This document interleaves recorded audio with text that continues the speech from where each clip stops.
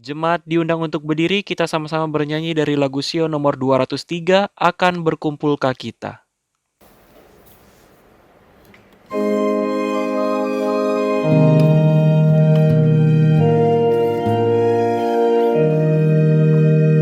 Akan berkumpulkah kita di tepi sungai indah, airnya yang mengalirlah dari tangannya Allah. Oh ya, kita kan beramai, berkumpul di tepi sungai Permai, dengan orang saleh semua di tepi sungai Allah. Di tepi sungai yang jernih, kita berjalan-jalan, menyembah Allah dan nyanyi memuji nama Tuhan. Oh ya, kita kan beramai, berkumpul di tepi sungai Permai, dengan orang saleh semua di tepi sungai Allah. Buangkan beban kita semua sebelum tiba di sungai. Sana tersedialah jubah dan mahkota yang permai. Oh ya, kita kan beramai, berkumpul di tepi sungai Permai, dengan orang saleh semua di tepi sungai Allah. Segera kita tiba sana di tepi sungai Permai, hati kita penuh suka menyanyi lagu damai. Oh ya, kita kan beramai, berkumpul di tepi sungai Permai, dengan orang saleh semua di tepi sungai Allah.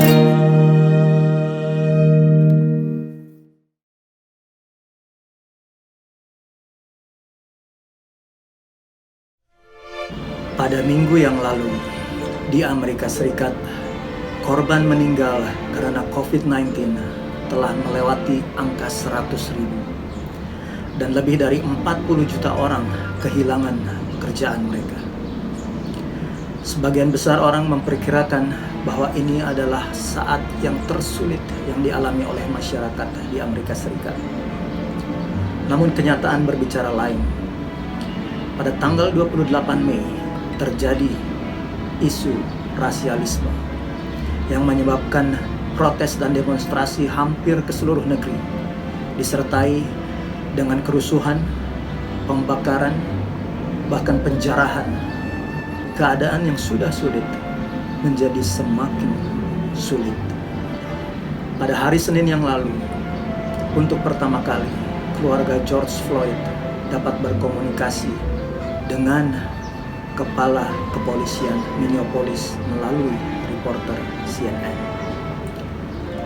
Keluarga bertanya, setelah polisi pelaku tersebut ditahan, bagaimana dengan ketiga orang polisi lainnya yang berada pada saat kejadian tersebut? Kepala Kepolisian Minneapolis segera melepas topinya pada saat dia tahu berhubungan dengan keluarga George Floyd untuk menunjukkan rasa hormatnya dan menjawab, "Silence is complicit." Dengan tidak melakukan apa-apa, mereka juga terlibat dan bersalah.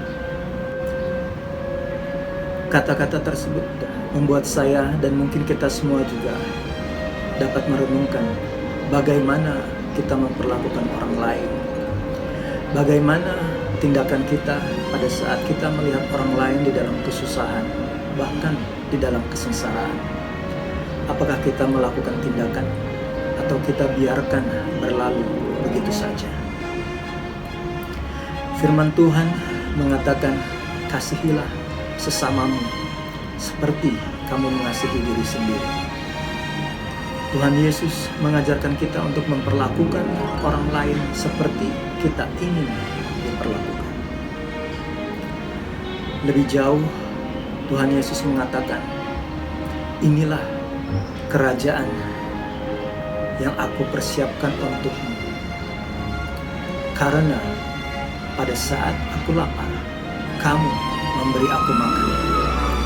Pada saat aku haus, kamu memberi aku minum. Pada saat aku menjadi orang asing, kamu memberi tumpangan. Pada saat aku telanjang, kamu memberi aku pakaian. Pada saat aku sakit, kamu datang melawat. Pada saat aku di penjara, kamu datang mengunjungi. Kiranya ini adalah doa dan harapan kita, keluarga Makarios, untuk dapat menghidupkan budaya kasih persaudaraan kita di dalam kehidupan sehari-hari, di dalam sebuah tindakan-tindakan yang nyata. Dan kiranya budaya kasih persaudaraan ini hidup dalam keseharian kita pada saat kita berjalan bersama Yesus menuju rumah Bapa. Atas nama Gereja Masai Advent Hari ke-7 Jemaat Tionghoa Makarios, saya ingin mengucapkan selamat Sabat kepada keluarga besar Makarios. Kiranya kita semua ada di dalam perlindungan Tuhan. Pada hari Sabat yang indah ini, kita akan mendengarkan firman Tuhan yang nanti akan dibawakan oleh Pendeta Heski Waonan dengan judul Don't Forget to Remember. Marilah kita mempersiapkan hati dan pikiran kita untuk mengikuti perbaktian di dalam roh dan kebenaran.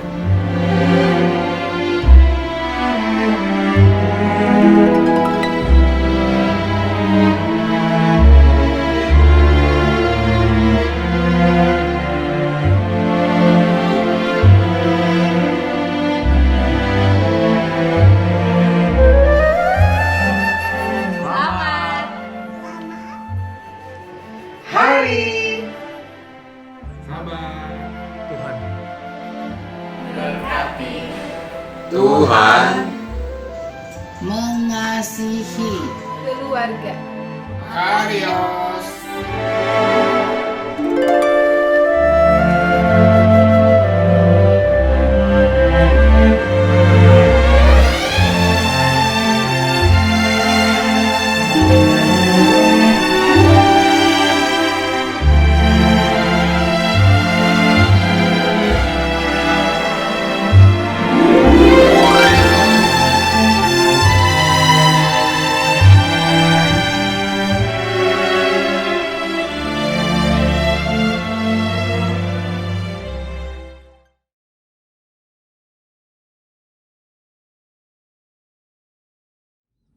Selamat Sabat anak-anak, semoga semuanya sehat-sehat dan selalu setia di dalam Tuhan ya. Mari kita bernyanyi bersama-sama sebelum kita mendengarkan cerita. Kita akan menyanyikan lagu Aku Akan Pakai Mahkota Mulia. Semuanya ikut bernyanyi ya.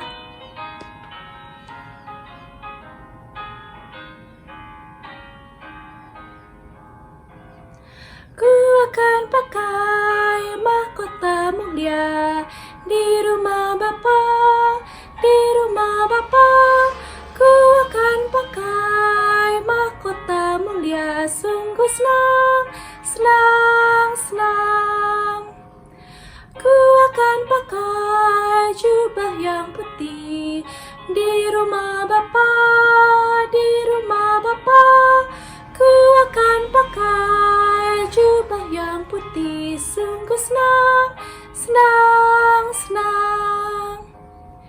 Ku akan bermain kecapi indah di rumah Bapa, di rumah Bapa. Ku akan bermain kecapi indah, sungguh senang, senang, senang. Baiklah anak-anak, sekarang kita akan mendengarkan cerita Alkitab. Namun sebelum itu anak-anak jangan lupa bawa Alkitabnya ya. Judul dari cerita Alkitab ini adalah Api yang Mengampunkan. Ini adalah cerita tentang Nabi Yesaya. Kita dengarkan cerita ini ya. Apakah kamu pernah merasa kamu harus menceritakan sesuatu tetapi kamu malu untuk mengatakannya dan kamu merasakan enggan? Nabi Yesaya pernah merasakan itu. Ia merasa tidak layak untuk menjadi nabi dan pembawa pesan Tuhan. Pada suatu hari ia pergi ke dalam Ka'bah. Tiba-tiba dia berada di dalam visi. Ia melihat rumah Tuhan, ruangan yang begitu indah, penuh dengan terang. Dan dia juga melihat jubah Tuhan yang begitu panjang memenuhi akan ruangan itu. Ia melihat malaikat yang terbang dengan 6 sayapnya. Ternyata itu adalah serafim, malaikat yang selalu senantiasa dekat dengan Tuhan. Ia juga melihat di Ka'bah Allah itu ada bara-bara yang menyala-nyala. Pada saat itu, Nabi Yesaya merasa sangat takjub atas apa yang ia lihat. Ia merasa kemuliaan Tuhan berada di sekelilinginnya. Dan dia merasa sangat senang karena ia bisa berada di tempat itu. Bahkan ia lihat malaikat-malaikat itu menutup wajahnya dengan kedua sayapnya, menandakan akan rasa hormat dan takut akan Tuhan yang begitu besar untuk kemuliaannya.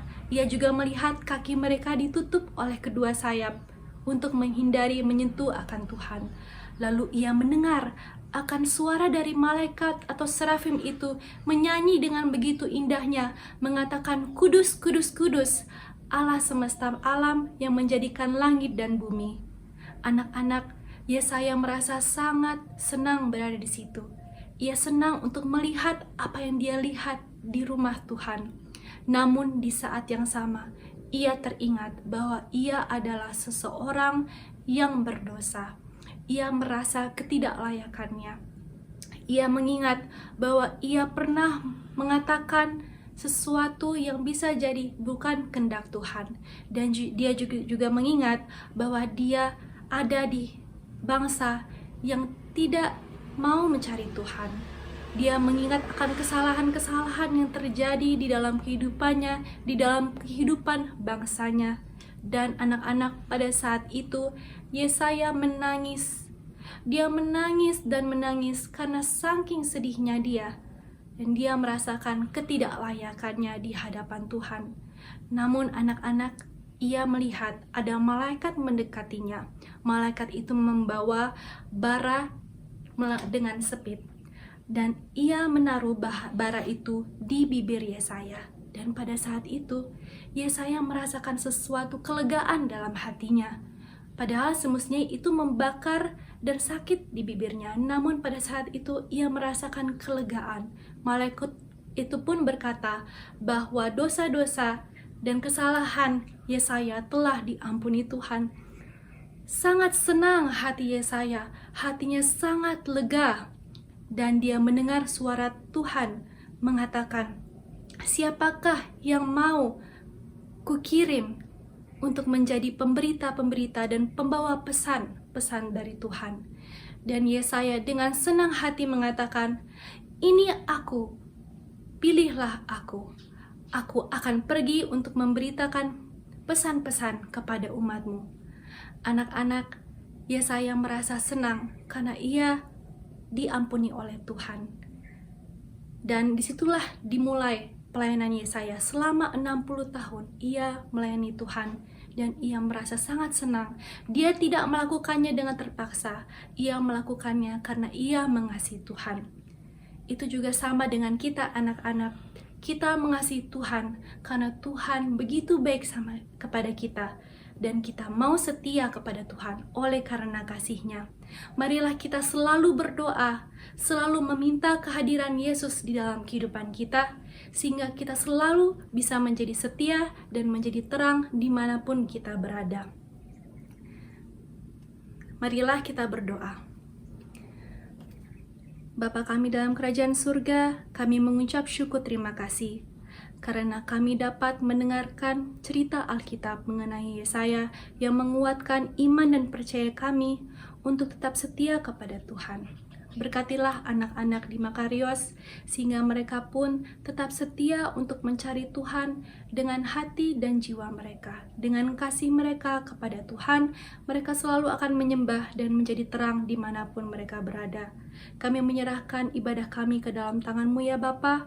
Ampunilah akan dosa-dosa kami. Di dalam nama Yesus kami telah berdoa. Amin.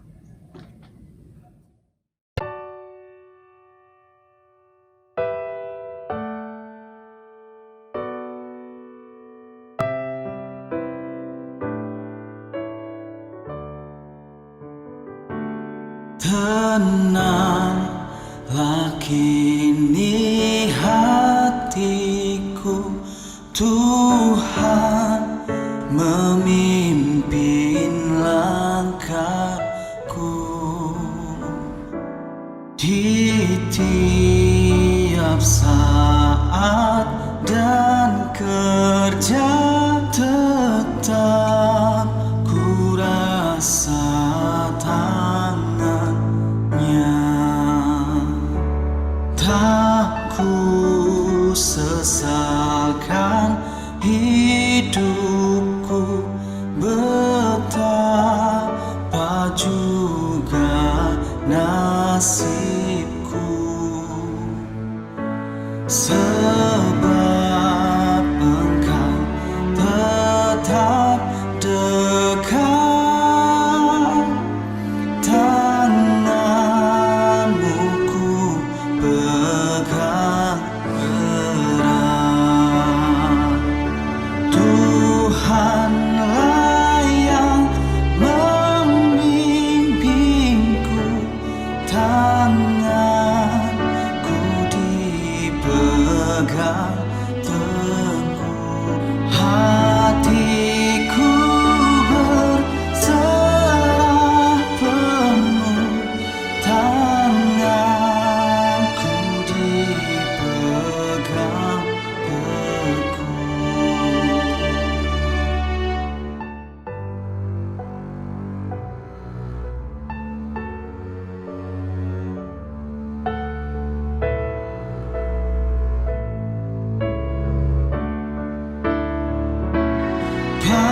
Apabila tamat tugasku, Kau berikan kemenangan-Mu. Tak ku takuti maut serang, sebab tanganku Kau genggam. Tuhanlah yang membimbingku, tanganku dipegang teguh. Hatiku berserah penuh, tanganku dipegang teguh. Tuhanlah yang membimbingku, tanganku dipegang teguh. Hatiku berserah penuh, tanganku dipegang teguh. Tanganku dipegang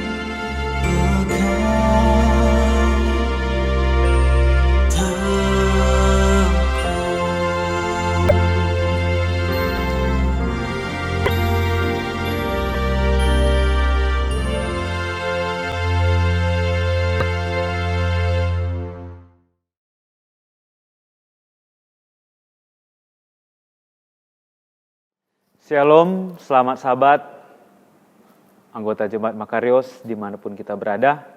Begitu juga dengan para pemirsa maupun tamu-tamu yang menyaksikan acara Sekolah Sahabat pada saat ini.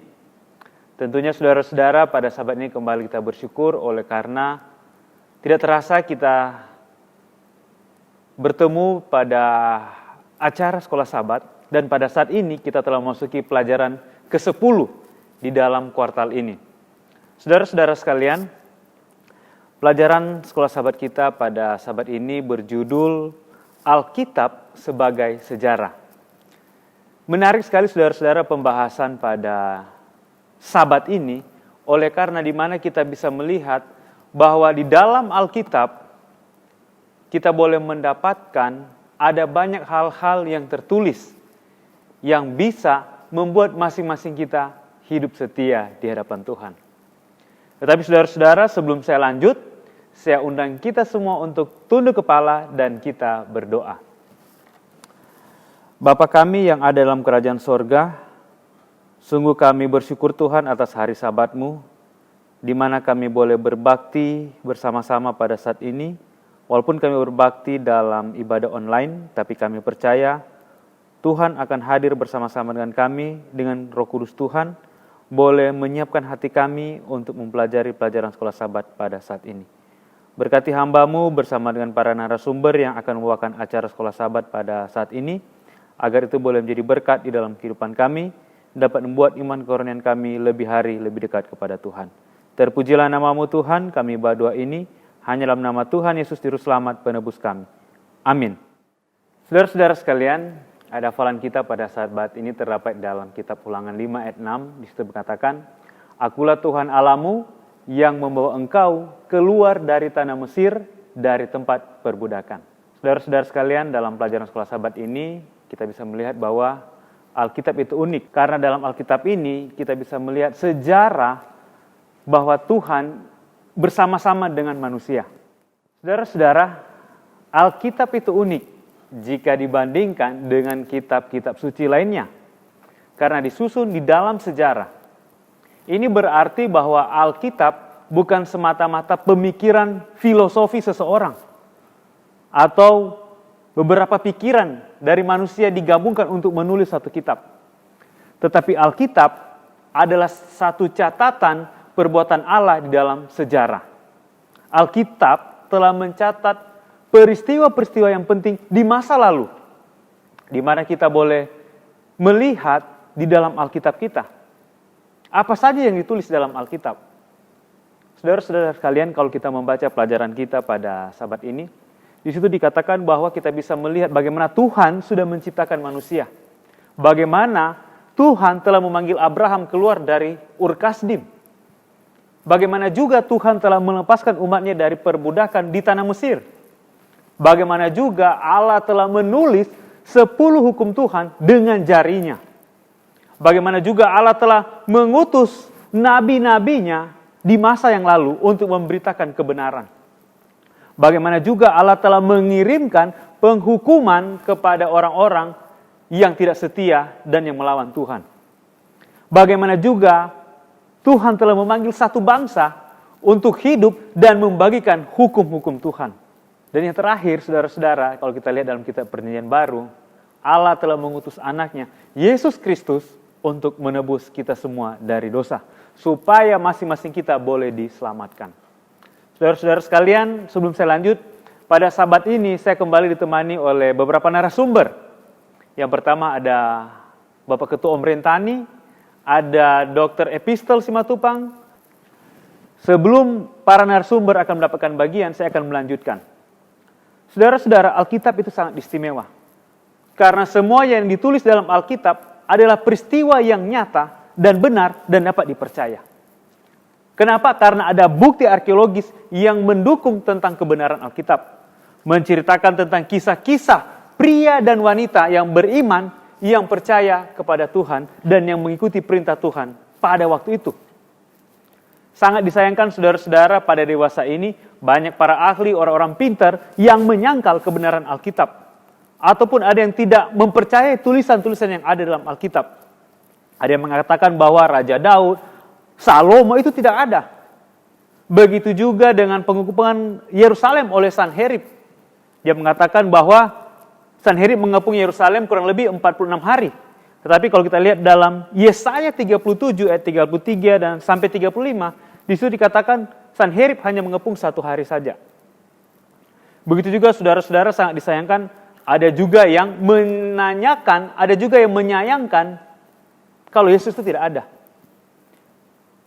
Tetapi saudara-saudara, kita bersyukur oleh karena Alkitab kita ini, bila mana kita mempelajarinya, semua yang ditulis di dalam Alkitab ini adalah kebenaran. Dan semua dapat dipercaya. Dan sejarah-sejarah yang ada dalam Alkitab ini, saya percaya akan membuat masing-masing kita akan lebih percaya dan lebih setia lagi kepada Tuhan. Sebagaimana yang sudah diceritakan di dalam Alkitab ini. Bagi yang percaya, Tuhan akan berkati. Bagi yang menurut, Tuhan akan menyertai. Tetapi bagi yang suka melawan, tidak percaya, dan cuek saja akan kebenaran firman Tuhan, di dalam sejarah yang dikatakan di dalam Alkitab, yang dicatat di dalam Alkitab, orang-orang ini mendapatkan penghukuman dari Tuhan. Dan pada kesempatan ini, saudara-saudara sekalian, saya ingin memberikan pertanyaan untuk kepada para narasumber kita. Yang pertama, pertanyaan untuk Bapak Ketua Om Rentani. Pertanyaannya kita bisa lihat di screen. Pertanyaan yang ditujukan pada saya terdapat dalam Daniel 1 ayat 8, yaitu ketetapan hati Daniel dan apa artinya. Daniel berketetapan di dalam hati untuk tetap setia kepada Allah, sehubungan dengan apa yang ia makan dan doakan. Dan kebiasaan baik ini terbentuk sejak awal pengalaman masa kecilnya. Dan ini menjadi pola yang akan memberikan kekuatan sepanjang umur hidupnya. Hasilnya mendapatkan pikiran yang terang, berhikmat, pengertian yang datang dari surga. Dan hal ini diakui oleh Raja Nebukadnezar dan Belsasar. Daniel diangkat ke posisi yang tertinggi di dalam kerajaan Babel dan dia menjadi orang nomor 2. Tetapi yang lebih terpenting adalah menghasilkan perdobatan Raja Nebukadnezar sendiri. Kembali kepada pertanyaan tadi, yaitu ketetapan hati. Apa artinya ketetapan hati? Artinya kesetiaan, keputusan, dan keteguhan. Jadi Daniel sejak dari kecil telah mengambil keputusan di dalam hati untuk tetap setia kepada Allah. Walaupun kita sudah tahu banyak sekali orang-orang di sekitar istana yang ingin mengambil posisi Daniel. Dan kita sudah tahu ceritanya bagaimana Daniel akhirnya dibuang ke dalam lubang singa. Tetapi Allah yang dia sembah, yaitu Allah yang menjadikan langit dan bumi, datang ke dalam gua itu untuk melindungi Daniel.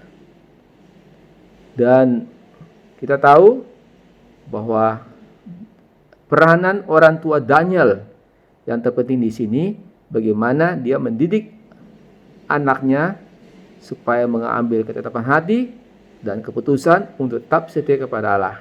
Jadi pertanyaan kepada kita adalah, apa saja hal-hal yang perlu Anda tetapkan di dalam hati tentang apa yang akan dilakukan. Kalau saya secara pribadi, saya sudah mempunyai ketetapan hati untuk memberikan kabar kebenaran kepada saudara-saudara istri saya yang di Madiun. Dan pada waktu itu saya membeli Alkitab yang dinamakan New Living Bible dan saya memberikan kepada namanya Larry. Dan setelah 10 tahun kemudian dia ke Jakarta, dia ketemu saya, dia mengatakan bahwa dia telah menerima Yesus sebagai juru selamat, dan bukan hanya dia, tetapi juga istrinya dan adiknya dan istrinya adiknya dan keluarga besar mereka semua. Dan sampai saat ini mereka masih bergereja di gereja Advent Madiun. Dan mereka juga yang nama Bem pernah menjadi ketua di sana. Jadi pertanyaan kepada saudara-saudara sekalian, apakah saudara sudah mempunyai ketetapan hati untuk tetap setia pada Allah dan menyampaikan kabar kebenaran kepada saudara-saudara yang tidak seiman dengan saudara? Mudah-mudahan kita semua bisa menjadi Daniel yang modern dan kita bisa mendidik anak-anak kita untuk tetap setia kepada Allah sampai Tuhan datang. Semoga Tuhan memberkati kita semua. Amin. Yang kedua kepada Dr. Epistel Simatupang, kembali lagi saudara-saudara kita bisa melihat pertanyaan di screen kita pada sahabat ini.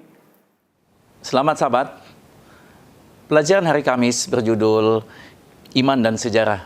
Di sini kita mendapatkan cerita bagaimana umat Tuhan di masa lalu menjadi contoh dalam mempraktikkan iman pada Tuhan.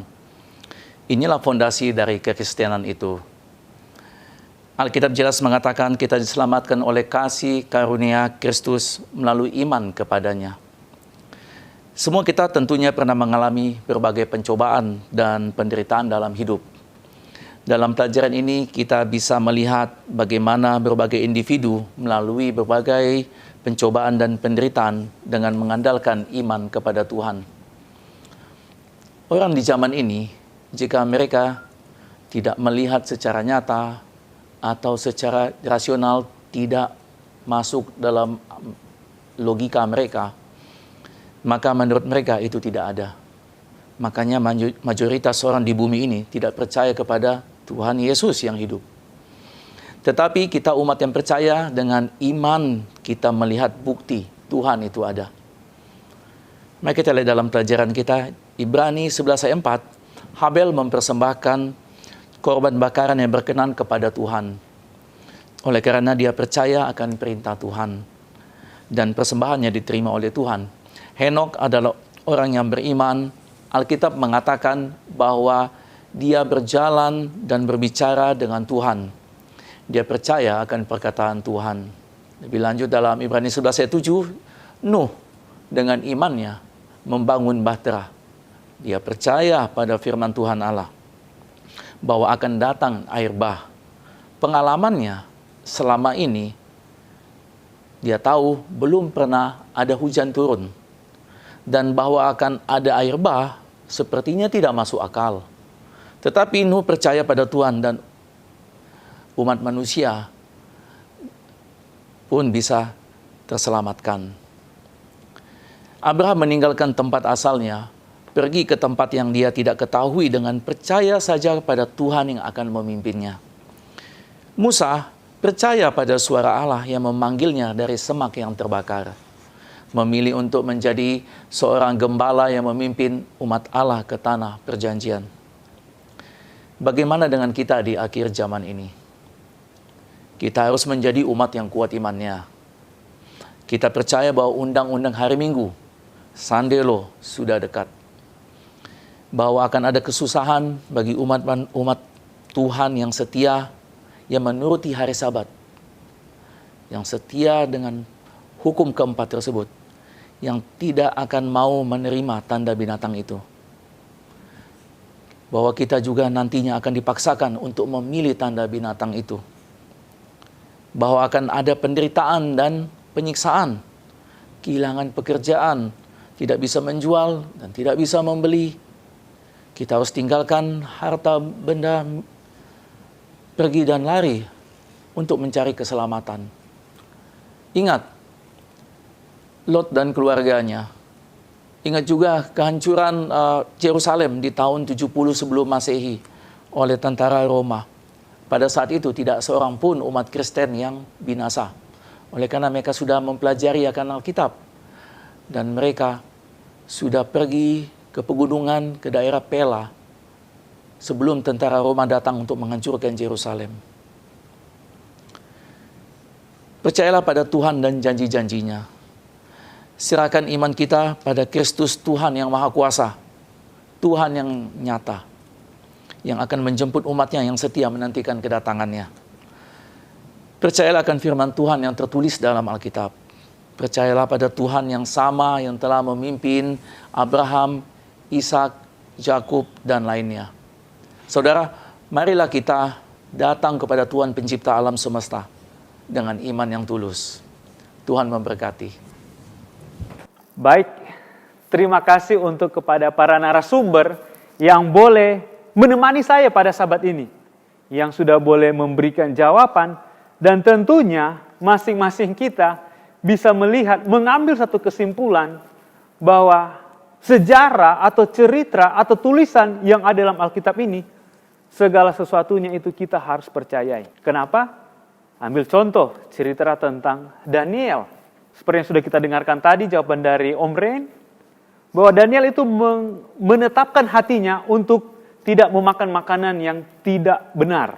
Kenapa? Karena dia sudah dididik dari masa kecilnya. Dia tetap mempertahankan kebenaran, sehingga kita boleh melihat cerita dari Daniel seperti apa dalam kehidupannya. Dia diberkati oleh Tuhan, walaupun dia di negeri tawanan. Tapi dia setia, Tuhan memberkati dia. Begitu juga dengan kita, saudara-saudara, pada saat ini. Bila mana kita mengimani Alkitab, kita mempercayai apa yang ada di dalam Alkitab, saya percaya masing-masing kita akan diberkati. Dan tentunya, kita minta Roh Kudus untuk boleh menguasai hati kita, boleh menguasai pikiran kita, agar bila mana kita mempelajari Alkitab, sejarah-sejarah yang tertulis di dalam Alkitab ini dapat membuat masing-masing kita lebih mengimani lagi, lebih mempercayai lagi Tuhan, dan tentunya menjadi harapan kita semua. Pada waktu Tuhan datang di kali yang kedua, kita semua boleh didapati setia, dan kita akan masuk ke dalam kerajaan surga. Kiranya Tuhan memberkati kita semua pada sabat ini. Amin.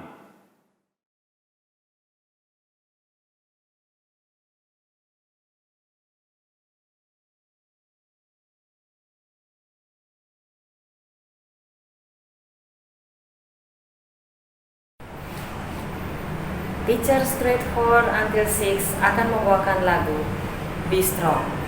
Lagu ini mengingatkan kita untuk tetap kuat menghadapi semua cobaan. Selamat menyaksikan Be Strong.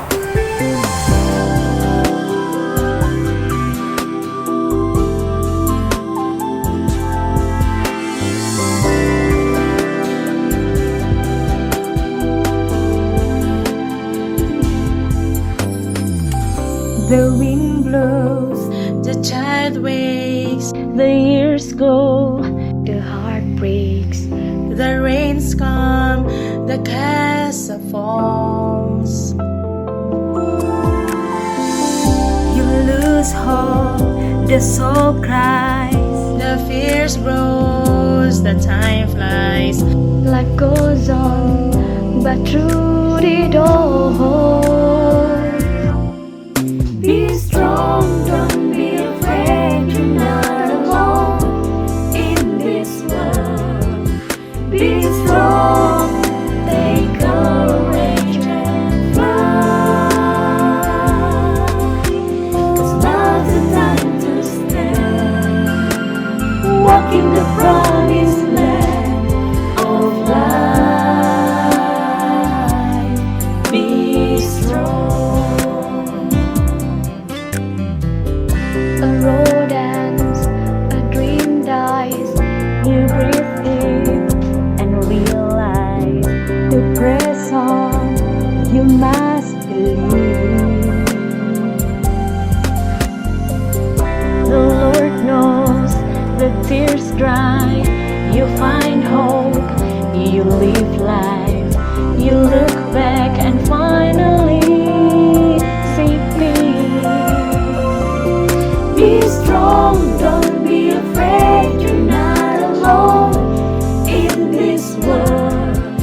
Be strong, take courage and fly. 'Cause now's the time to stand, walk in the promised land of life. Feel the wind blow on your face. Taste the victory of grace. Search the joy of freedom, knowing you have overcome.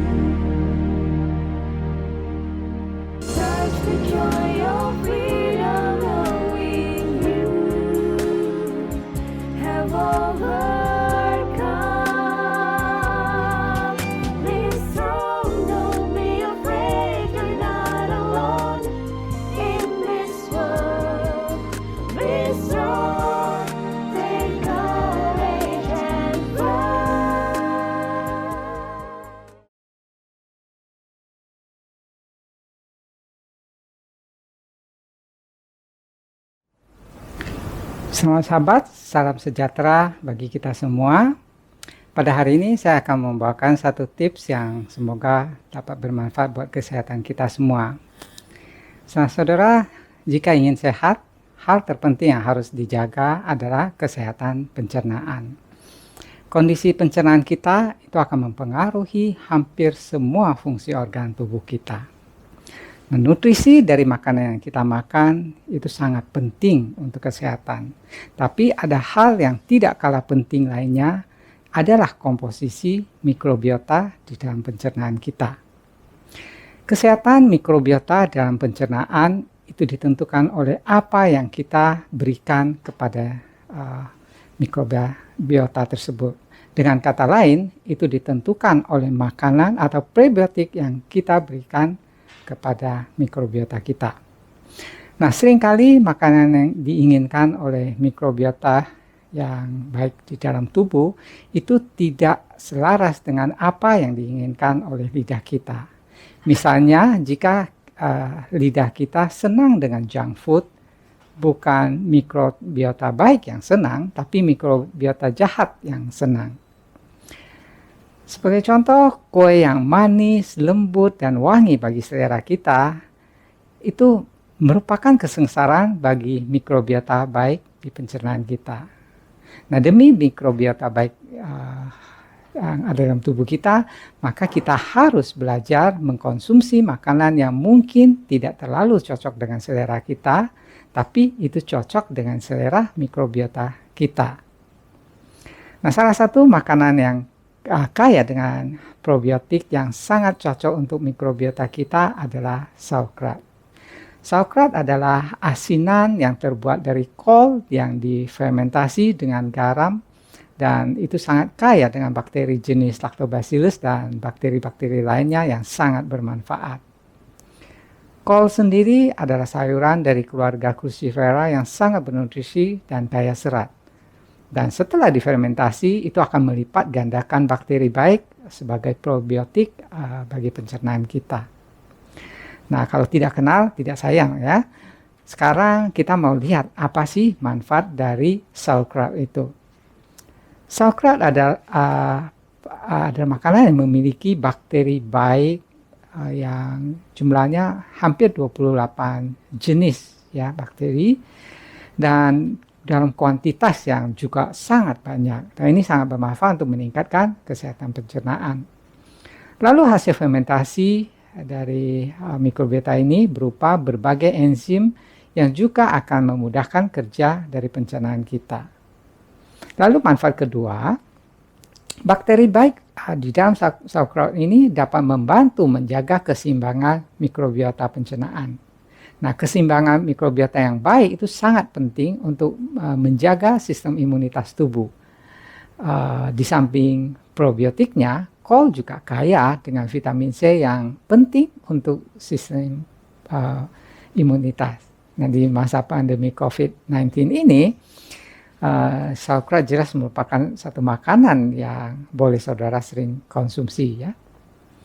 Manfaat berikutnya, sauerkraut adalah makanan yang rendah kalori dan tinggi serat.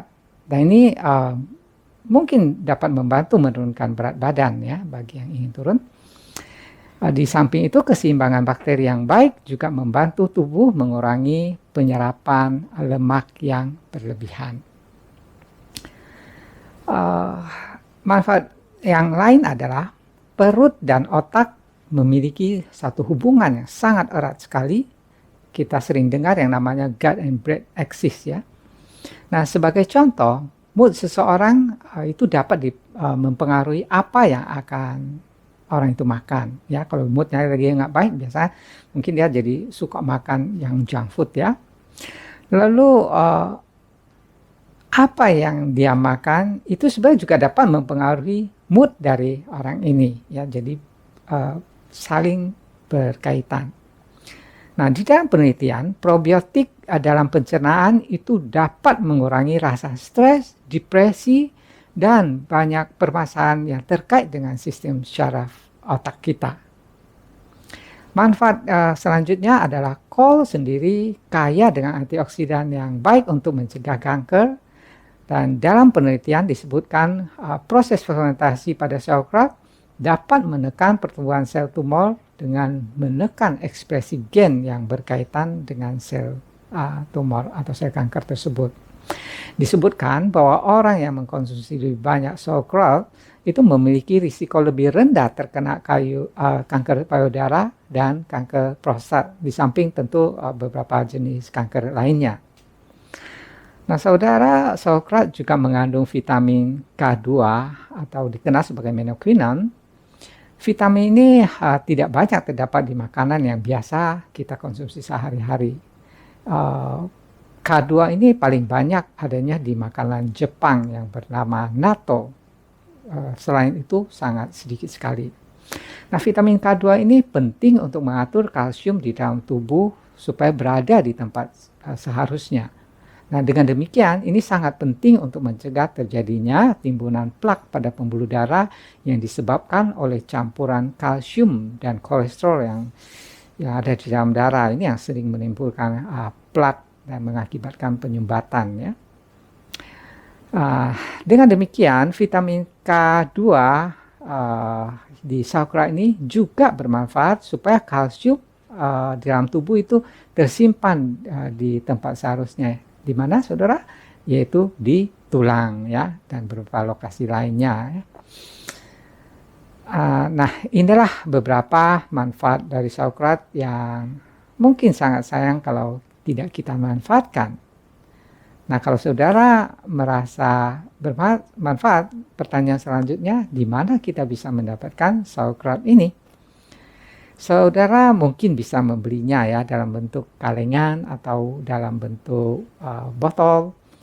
Tapi kelemahan sauerkraut jadi ini, ya, biasanya pasti sudah dipasteurisasi sehingga akan terbunuh juga probiotik atau bakteri yang bermanfaat tersebut. Jadi akhirnya tidak ada guna sebagai probiotik lagi. Belum lagi kandungan bahan pengawet dan zat tambahan yang biasanya tidak kita inginkan dari makanan kaleng, ya. Nah, sebagai alternatif, saudara, kita bisa buat sendiri, dan untung cara membuatnya itu sangat mudah. Nah, saudara boleh silakan disiapkan catatan untuk bahan-bahannya, mudah. Sebagai bahan dasar, pertama saudara ambil sebuah kol berukuran sedang, lalu 1 hingga 1,5 sendok makan garam laut yang tidak mengandung yodium, ya. Ingat, tidak boleh mengandung yodium. Berikutnya ini opsional, yang berikutnya semua opsional, boleh ya, boleh ada, boleh tidak. 1 buah apel, lalu 1 atau 2 wortel, kemudian 2 hingga 3 siung bawang putih, dan berikutnya 2 hingga 3 biji cabai merah yang besar. Nah, cara membuatnya, kalau saudara ingin menggunakan bahan tambahan, ya, wortel, bawang putih, cabai, apelnya nanti belakangan, ini bahan ini kita iris tipis-tipis dulu, atau boleh juga kayak wortel kan kita boleh serut, kecuali cabenya boleh kita potong agak besar, ya, ukurannya. Nah, kemudian bahan ini dimasukkan dalam wadah pengaduk yang agak besar, sementara apelnya tadi kita pinggirkan dulu, ya, belakangan kita gunakan. Kemudian kol itu kita cuci yang bersih dan kupas 2 helai bagian paling luar dari kol itu kita kupas dan kita pisahkan, nanti akan kita gunakan.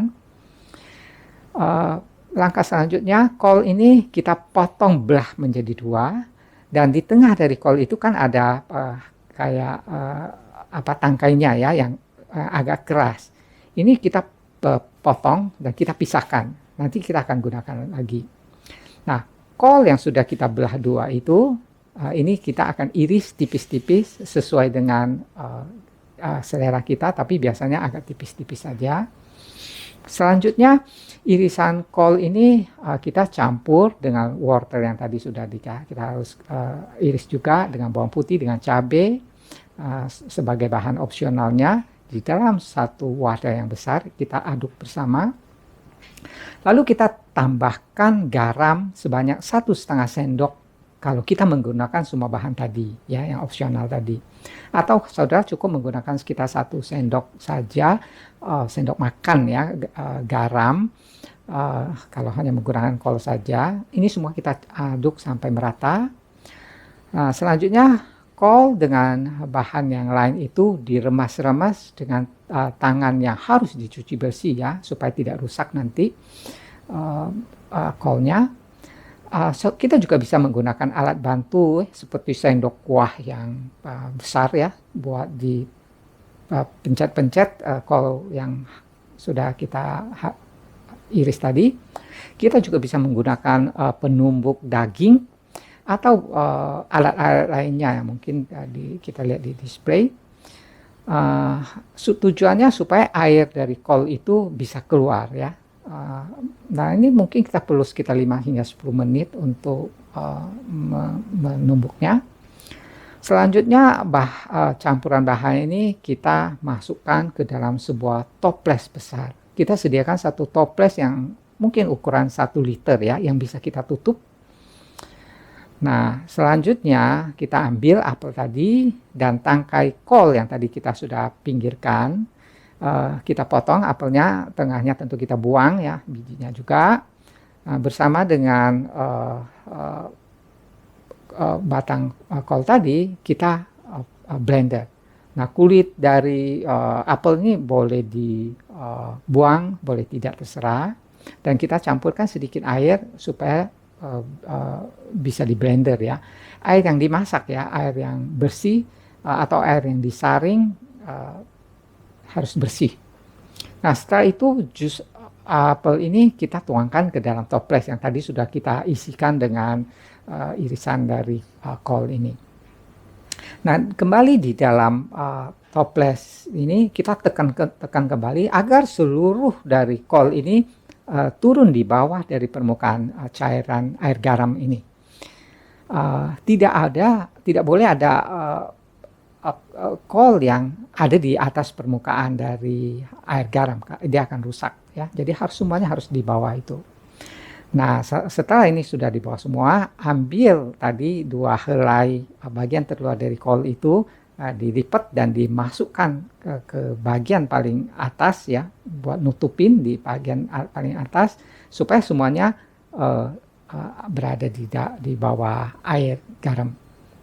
Nah di bagian paling atas dari daun kol ini sebaiknya kita kasih juga pemberat ya. Nah pemberatnya bisa berupa botol kaca yang bekas dari selai misalnya, yang ukurannya lebih kecil dari toples kita.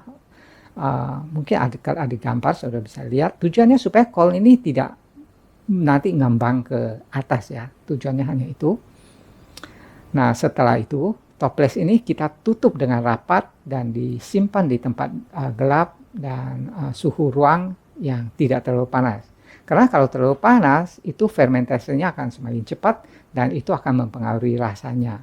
Sebaliknya kalau terlalu dingin fermentasinya itu juga akan sangat lama. Kalau saudara simpan di kulkas maka itu akan lama sekali untuk terfermentasi. Nah setelah 3 hari saudara tutup toples ini kita buka pelan-pelan. Biasanya sudah ada gasnya. Dia akan keluar gasnya ya.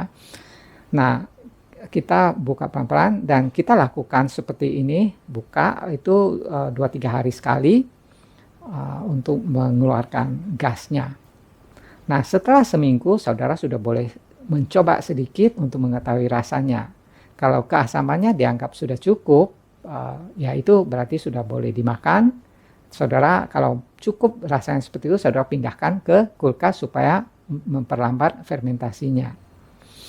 Nah kalau saudara biarkan aja nggak dimasukkan ke kulkas juga boleh, dia akan terfermentasi terus, bisa 2 minggu, 3 minggu tergantung selera. Ada yang bisa lebih sebulan atau lebih untuk mendapatkan rasa yang lebih keras. Nah ini sauerkraut ini bisa disimpan setengah tahun atau lebih ya, dia nggak rusak. Nah ini saja, semoga saudara bisa mencobanya dan ingat ini adalah makanan yang sehat. Silahkan dicoba, dan kiranya Tuhan memberkati. Shalom.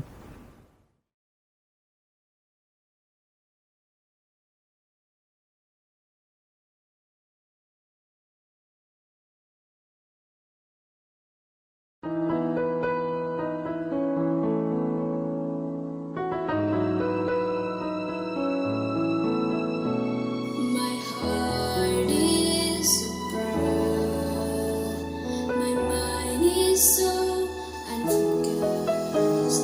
I see the things you do to me as great things I've done. Each chance he break me, lovingly you take me, and hold me as my Father, and mold me as my Maker.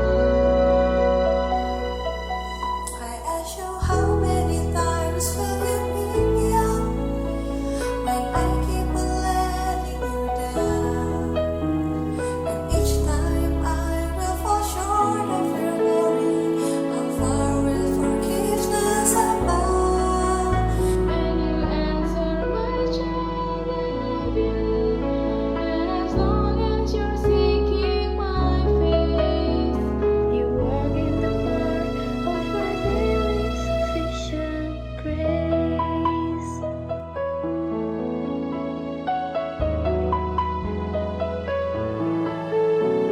At times I may grow weak and feel a bit discouraged, knowing that someone somewhere could do a better job.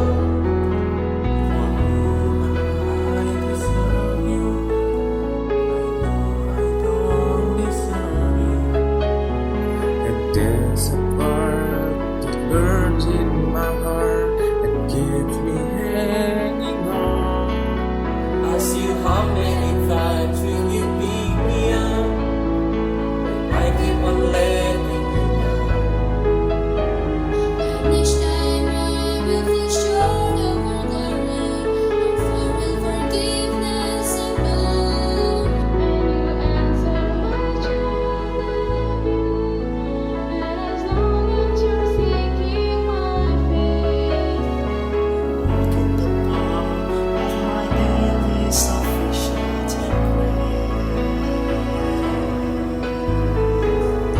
you are so patient with me, Lord.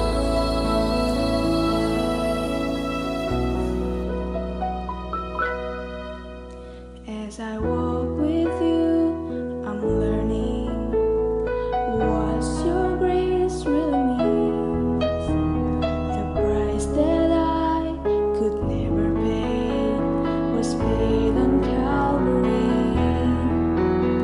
So instead of trying to repay you, I'm learning to simply obey you by giving up my life to you for all that you've given to me.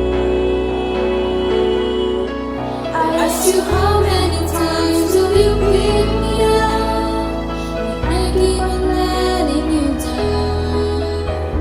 And each time I will fall short of your glory, how far will forgiveness abound? And you answer my child, I love you. And as long as you're seeking my face, you walk in the path of my daily sufficient grace.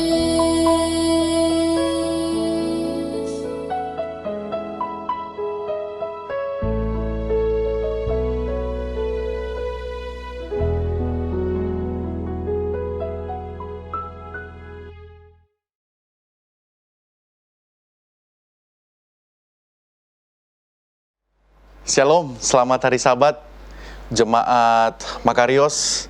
Kita bersyukur oleh karena Tuhan masih memberikan kepada kita kesempatan berkumpul, berbakti di mana saja, walaupun saat ini lewat kebaktian online.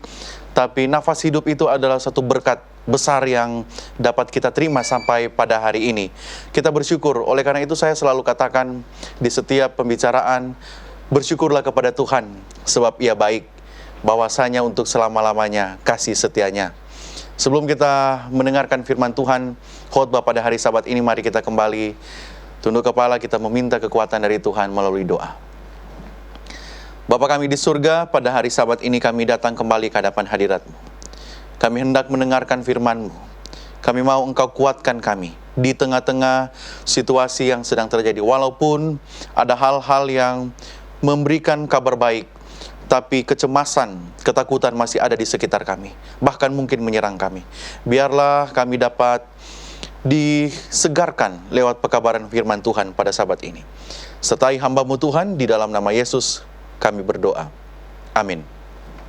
Saudara yang saya kasih dan diberkati oleh Tuhan, umat Tuhan Jemaat Makarios, saya perlu mengucapkan terima kasih kepada pendeta jemaat, pendeta Herlan yang telah menghubungi kami untuk memberikan khotbah pada hari Sabat ini.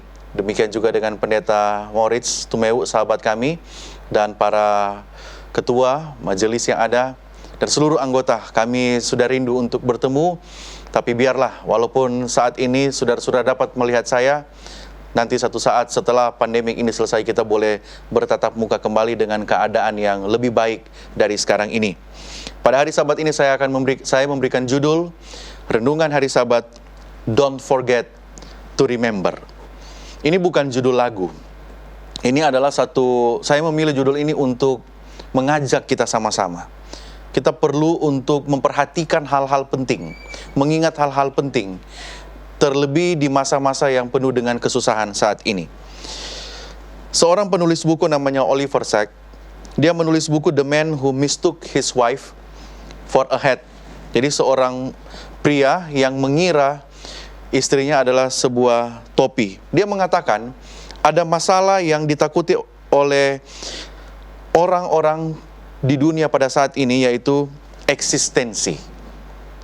Orang-orang ini memiliki ketakutan bahwa tidak diterima di kalangan yang ada, menerima penolakan dari keluarga, dan ujung-ujungnya orang-orang ini mengalami apa yang disebut dengan lupa. Mereka bisa mengalami masalah untuk mengingat sesuatu. Orang-orang yang tadinya khawatir eksistensi mereka terganggu, ujung-ujungnya mereka bisa lupa. Memang persoalan lupa ada hal yang bisa mengakibatkan. Lupa itu bisa mengakibatkan hal buruk, dan ini disebabkan oleh karena baik eksternal maupun internal.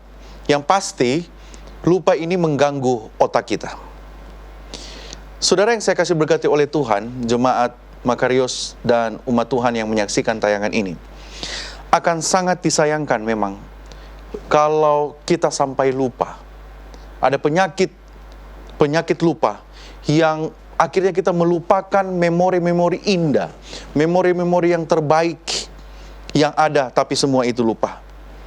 Penting untuk tidak lupa. Penting untuk mengingat. Kenapa? Karena mengingat bahkan ada di dalam salah satu dari 10 hukum. Ingatlah akan hari Sabat. Hukum keempat ini mau menunjukkan bahwa Alkitab pun mengatakan mengingat itu adalah penting. Untuk tidak lupa itu penting. Saudara yang saya kasih diberkati oleh Tuhan, pada hari Sabat ini saya kembali mengingatkan kita. Masa pandemik COVID-19 atau namanya SARS-CoV-2 adalah masa yang bisa membuat kemampuan kita mengingat terganggu. Di mana-mana orang berbicara COVID. Di mana-mana orang berbicara sudah berapa korban yang positif, sudah berapa yang meninggal, di mana lagi yang kena, adakah saudara kita yang terkena, teman kita, sahabat kita, di mana-mana orang membicarakan ini. Di masa-masa sekarang ini, saya mau mengajak kita untuk jangan lupa untuk mengingat. Don't forget to remember. Jangan lupa untuk mengingat hal-hal penting. Ada beberapa hal yang perlu kita ingat di dalam Alkitab. Mari kita lihat bersama-sama. Saudara boleh buka Alkitab kita, Ulangan 32 ayatnya yang ke-7. Ulangan 32 ayatnya yang ke-7. Ingatlah kepada zaman dahulu kala, perhatikanlah tahun-tahun keturunan yang lalu, tanyakanlah kepada ayahmu maka ia memberitahukannya kepadamu, kepada para tua-tuamu maka mereka mengatakannya kepadamu. Saudara yang saya kasih diberkati oleh Tuhan, sebagai latar belakang ayat ini merupakan nyanyian atau perkataan Musa. Kalimat-kalimat dari Musa. Lebih tepat, saat Musa untuk mati atau mengakhiri hidupnya sudah mendekat. Dengan kata lain, nasihat Musa ini adalah nasihat terakhir bagi bangsa Israel. Pesan-pesan Musa menjelang akhir hayatnya. Saya mau katakan satu hal, kita biasanya mengingat, memberikan perhatian untuk pesan dari seseorang yang dalam sejarah mendekati kematiannya. Kita perlu memperhatikan. Dan bagi orang Israel dan bagi kita sebagai orang Israel rohani saat ini, perlu memperhatikan, melihat cerita apa yang dikatakan Musa menjelang dia mengakhiri hidupnya. Sebagai umat Tuhan, dalam menghadapi situasi yang penuh dengan kesulitan saat ini, penuh ketakutan, kita perlu untuk mengingat hal-hal penting di dalam hidup ini. Bagaimana caranya? Atau hal-hal penting apa saja yang perlu kita ingat? Kita perlu mengingat hal-hal penting di dalam kehidupan ini berdasarkan firman Tuhan. Berdasarkan Ulangan 32 ayatnya yang ke-7. Pertama, yang perlu kita ingat pertama, Ulangan 32 ayat 7 bagian pertama, ingatlah kepada zaman dahulu kala. Ingat zaman dahulu kala, apa artinya? Kata ingat di sini, itu bisa berarti membuka rekaman, atau menyebutkan kembali, atau juga melaporkan apa yang sudah terjadi. Jadi Musa dalam hal ini mau mengingatkan, mau menyampaikan kepada orang Israel ketika mereka akan memasuki masa-masa sulit sebelum memasuki tanah Kanaan dan juga tanpa pemimpin, walaupun nantinya digantikan oleh Yosua. Musa mengingatkan mereka untuk buka peristiwa-peristiwa yang ada, buka rekaman. Kalau seperti kita rekam satu video, misalnya kegiatan retreat jemaat Makarios misalnya ya, kita buka rekaman yang ada, kita lihat, kita perlu melihat dan memberikan laporan apa yang terjadi pada masa yang lalu.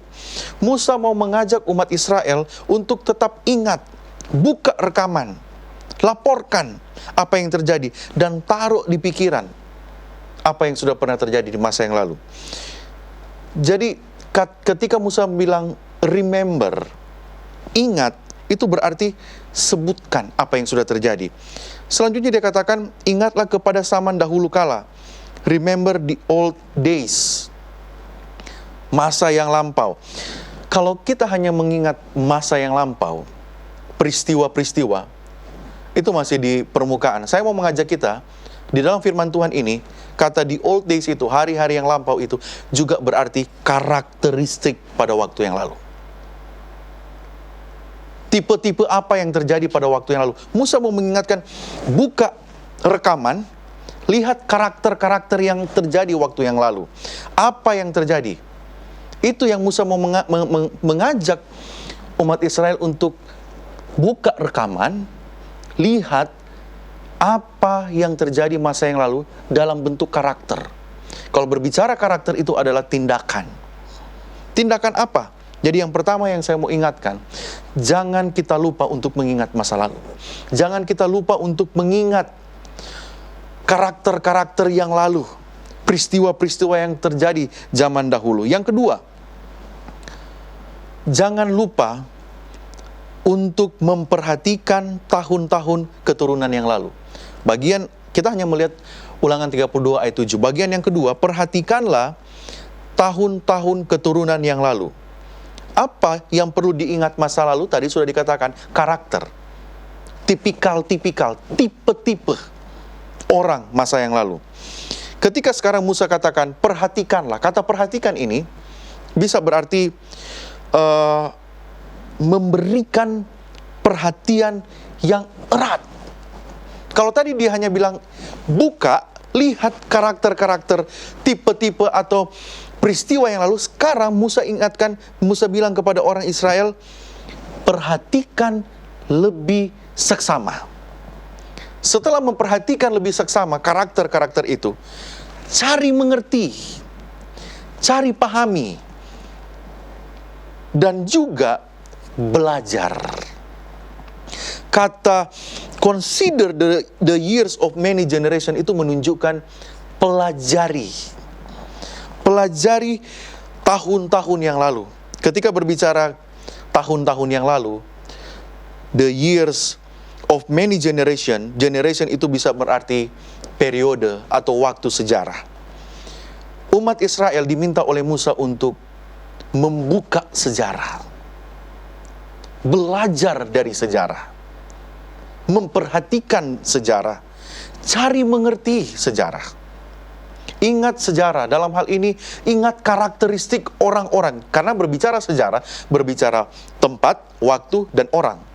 Jadi ketika Musa mengatakan, remember the days of old, buka peristiwa-peristiwa zaman lalu, itu memperhatikan, berarti perhatikan karakter-karakter atau peristiwa-peristiwa zaman lalu. Musa sedang merujuk kepada peristiwa bagaimana mereka di Mesir, bagaimana mereka berada di padang gurun, juga bagaimana mereka sejarah di Taman Eden. Musa sementara menarik perhatian umat Israel. Ingat, buka laporan waktu-waktu yang lalu. Perhatikan. Jadi kita perlu mengingat.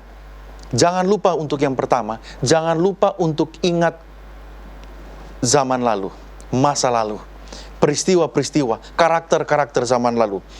Yang kedua, jangan lupa untuk memperhatikan sejarah orang-orang zaman lalu, sejarah karakter-karakter zaman lalu. Consider the years of many generation.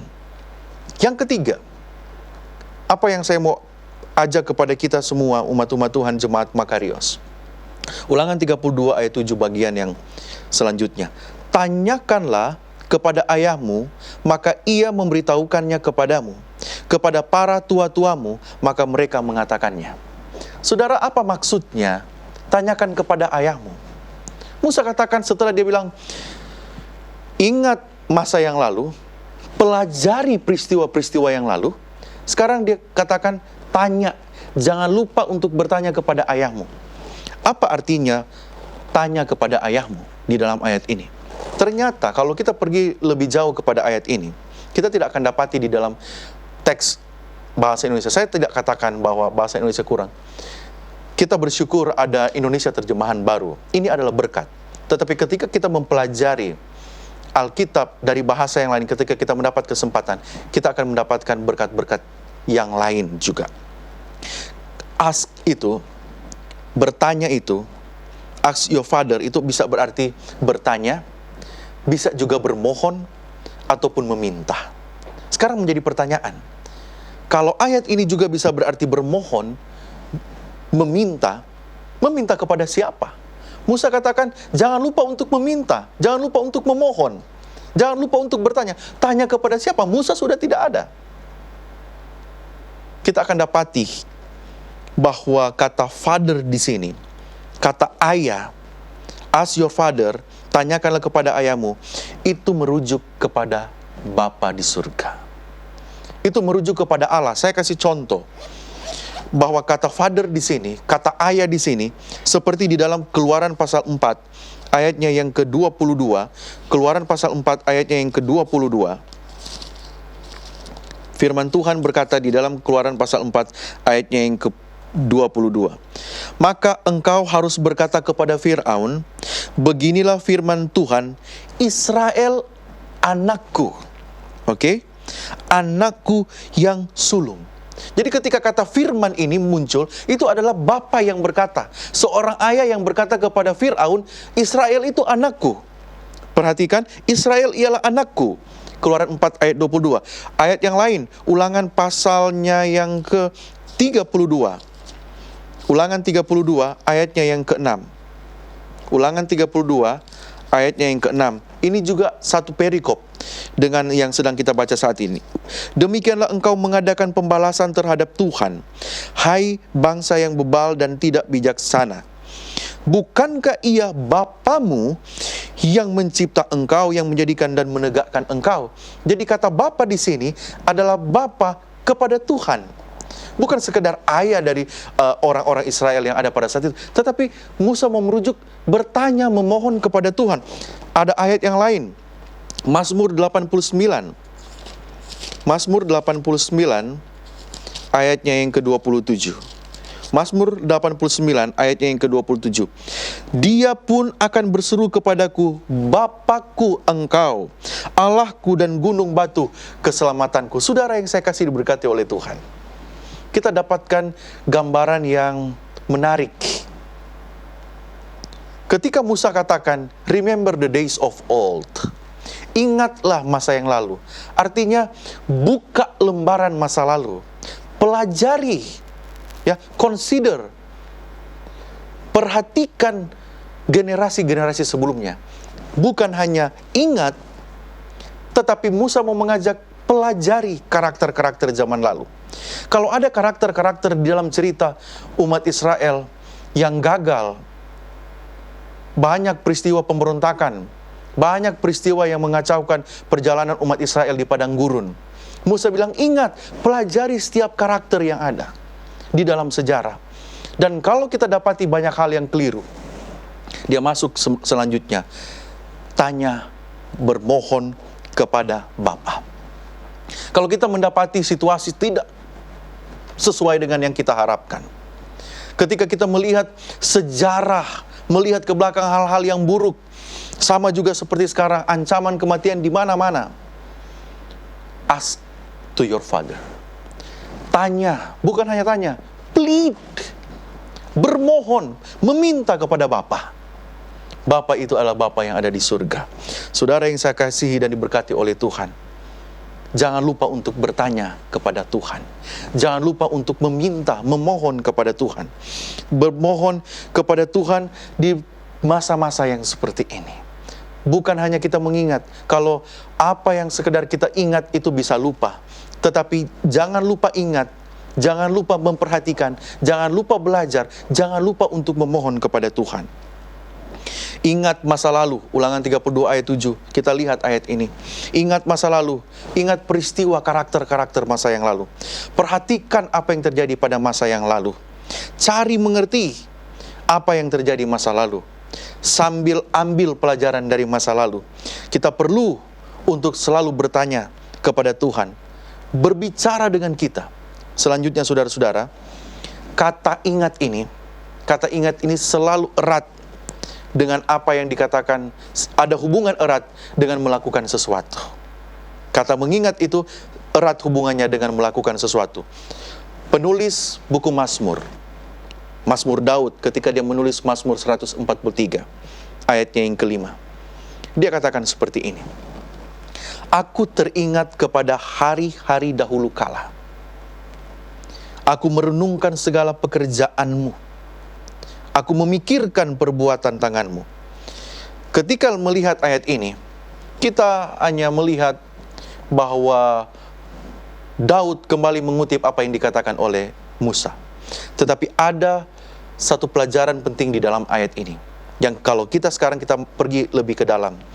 Aku teringat kepada hari-hari dahulu kala, aku merenungkan segala pekerjaanmu, aku memikirkan perbuatan-perbuatan tanganmu.